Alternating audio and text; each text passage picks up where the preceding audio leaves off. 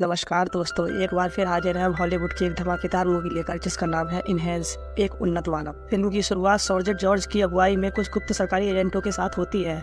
वे सब एक इनहेंस मानव को पकड़ने के लिए जाते हैं। वे एक बिल्डिंग में पहुंचते हैं जहां वे जोसेफ नाम के एक व्यक्ति से मिलते हैं। जोसेफ वहां पर नौकरी करता है। यह जोसेफ इनहेंस लोगों में से एक है जिसके पास अलौकिक शक्तियां हैं। जॉर्ज उसे अपने बारे में बताता है और जोसेफ के असली चेहरे से अनजान होने का नाटक करता है। वह उसे अपने साथ चलने के लिए कहता है, लेकिन जोसेफ कहता है कि उसने कुछ भी गलत नहीं किया है। जब एजेंटों ने उसकी दलीलों को सुनने से मना कर दिया तो जोसेफ उन पर पोछा फेंककर वहां से भाग जाता है। एजेंट उसका पीछा करते हैं और उसे एक गोदाम के अंदर घेर लेते हैं। वे उसे पकड़ने के लिए अपने खतरनाक हथियार निकालते हैं, लेकिन जोसेफ अपनी शक्तियों का उपयोग करके वहां से निकल जाता है और छत पर पहुंच जाता है। हालांकि उसकी मेहनत बेकार साबित होती है क्योंकि एजेंट और एक ड्रोन उसे पकड़ने के लिए वहां पर मौजूद होते हैं। इसके बाद एजेंट उसे बिजली का झटका देते हैं और उसे बेहोशी का इंजेक्शन लगाकर काबू करते हैं। फिर उसे सायसा नामक अपने गुप्त स्थान में ले जाते हैं। इसके बाद सायसा हेडक्वार्टर में कैप्टन विलियम जॉर्ज से मिलता है, जो उसे बताता है कि इनहेंस मानव बहुत खतरनाक होते हैं क्योंकि वे मनमाने ढंग से हत्या करने में सक्षम हैं। जब जॉर्ज ने उसे बताया कि जोसेफ ने केवल भागने की कोशिश की थी तो कैप्टन उसे बताते हैं कि उनमें से कुछ धोखेबाज हैं। विलियम ने एक मायावी इनहेंस मानव का भी उल्लेख किया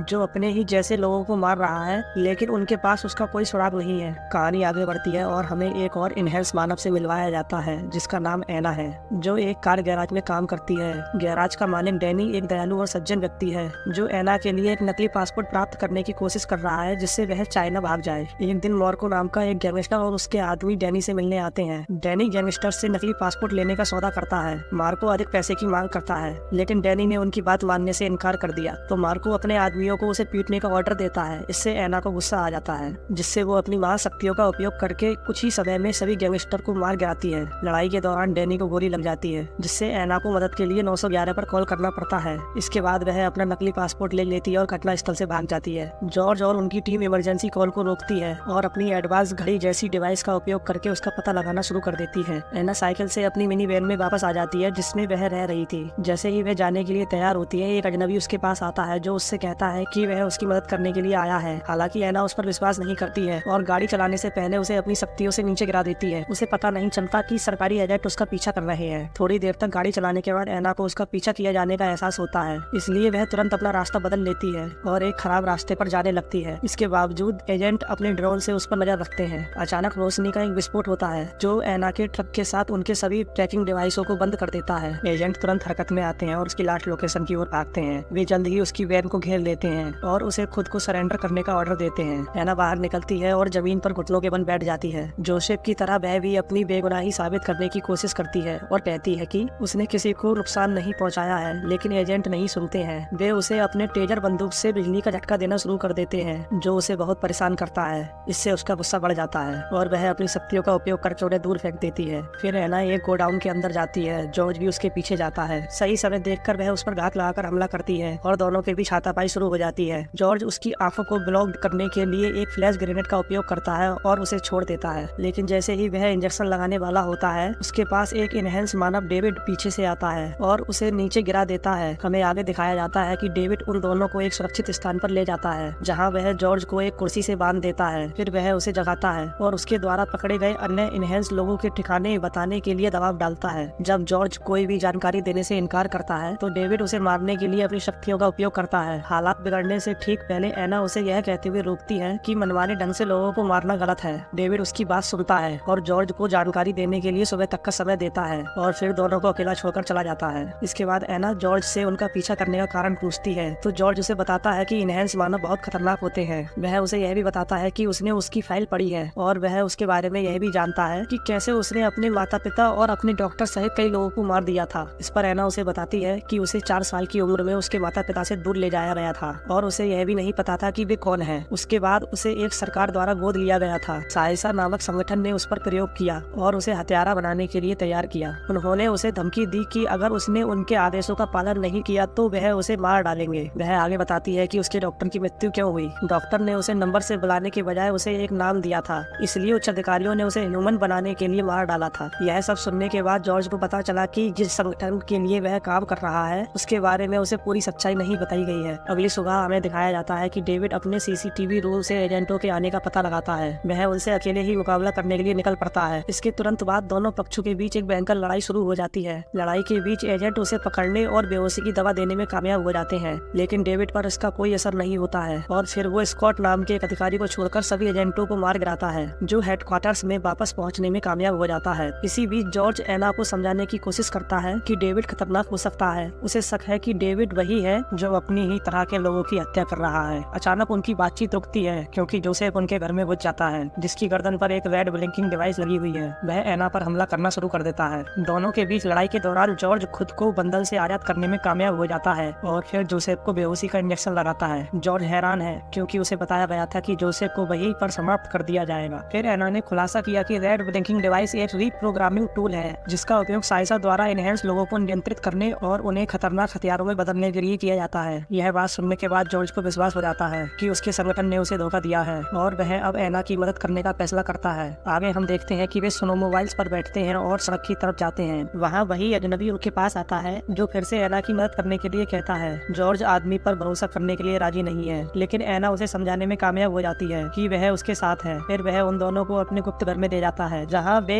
एक और इनहेंस मानव लू से मिलते हैं, जबकि वो अजनबी अपना नाम एली बताता है, जो एक एनालिस्ट के रूप में साइसा के लिए काम करता था। हालांकि उन्हें नहीं पता था कि संगठन वास्तव में लोगों पर प्रयोग कर रहा था और उन्हें तब पता चला जब एजेंटों पर डेविड ने हमला किया। जैसे ही वे बातचीत करते हैं, एली एक सुपर सीरम बनाने और अनंत ऊर्जा के साथ दूसरे डायमेंशन तक पहुंचने के साइसा के प्रयास का खुलासा करता है। हालांकि इस ऊर्जा का उपयोग करने के लिए उन्हें इसके स्रोत तक पहुंचने की आवश्यकता थी, जो कि डेविड के अलावा कोई और नहीं है। यहाँ यह भी पता चलता है कि डेविड एक असली इनहेंस मानव नहीं है, बल्कि एक दूसरे डायमेंशन का मानव है जो ना तो बूढ़ा होता है और ना ही मरता है। जब साइसा ने डेविड की शक्तियों को मनुष्य में इंजेक्ट करने के बाद अवशोषित किया तो डेविड की अपने डायमेंशन में वापस लौटने की ताकत खत्म हो गई। तब से वह अपनी शक्ति को दोबारा प्राप्त करने के लिए सभी इनहेंस मानवों को ट्रैक कर रहा है और इस प्रक्रिया में उन्हें मारकर उनसे अपनी शक्ति वापस ले रहा है। एक बार जब वह अपनी पूरी शक्ति प्राप्त कर लेगा तो घर लौटने के लिए वह पोर्टल खोल सकता है। एरी के अनुसार डेविड को मारने का एकमात्र तरीका उसे इतना कमजोर करना है कि वह खुद को दोबारा जीवित करने के लायक न रहे। इन सब बातों को सुनकर जॉर्ज ने हेडक्वार्टर्स लौटने का फैसला किया